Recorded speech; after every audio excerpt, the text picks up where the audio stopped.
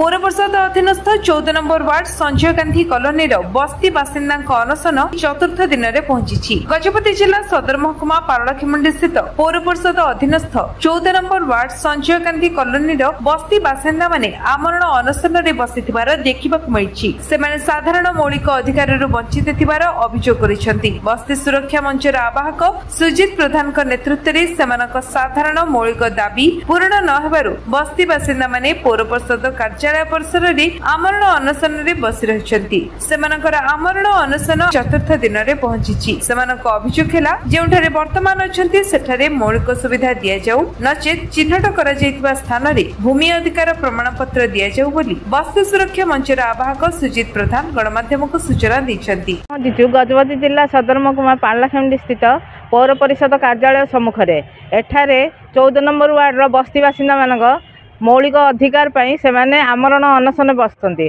चलतु बुझा बस्ती बासिंदा सुरक्षा मंचर आवाहक सुजित प्रधान आपण मैंने जानी आज ये जो आमरण अनशन चतुर्थ दिन में आसिक पहुंची। चतुर्थ दिन में पहुँचले कौन प्रकार सुफल मिलना। गतकाली पौर परिषद कार्यालय तरफ जागा मिशन को गोटे चिट्ठी प्रकाश कराई। जो चिट्ठी जदि जागा मिशन आपको मंजूर करिवो ताहले आमको सेमाने अन्यत्र कोठी गोटे एलआरसी देकी थैथान करिया पाए बोली सेमाने व्यवस्था करूछंदी बोली आम पाखरे सेमाने प्रमाण स्वरूप से कागज जगे दैछंदी। विशेष कर आम कहबे चाहूँ ये होची भूमि योग्यता प्रमाण पत्र। एटा भूमि अधिकार अधिनियम 2017 अंतर्गत एटा को दिया जायछि। ये होची गोटे आईन। ए आईन अनुसार आमे एठी दाबी करूछु जे आमको एलआरसी दिया जाओ लैंड राइट सर्टिफिकेट दिया जाओ। किंतु प्रशासनिक अधिकारी माने कहउछंती जे सरकार बदल जिया बेले स्कीम बदल जायछि। कौन सी प्रकार स्कीम रही ना। ये हूँ गोटे आईन। ये आईन अनुसार आमको जगह दि जाऊ। जदि भी आपण मैंने आमर जो मौलिक समस्या रही से समस्यार समाधान करूँ। आम जो जगार अच्छु से पाखे विद्युत पानी रास्ता जगै दिंतु एवं आवास योजना जगै दिंतु। आम से मनीष पणिया मनीष भाया रही पारू।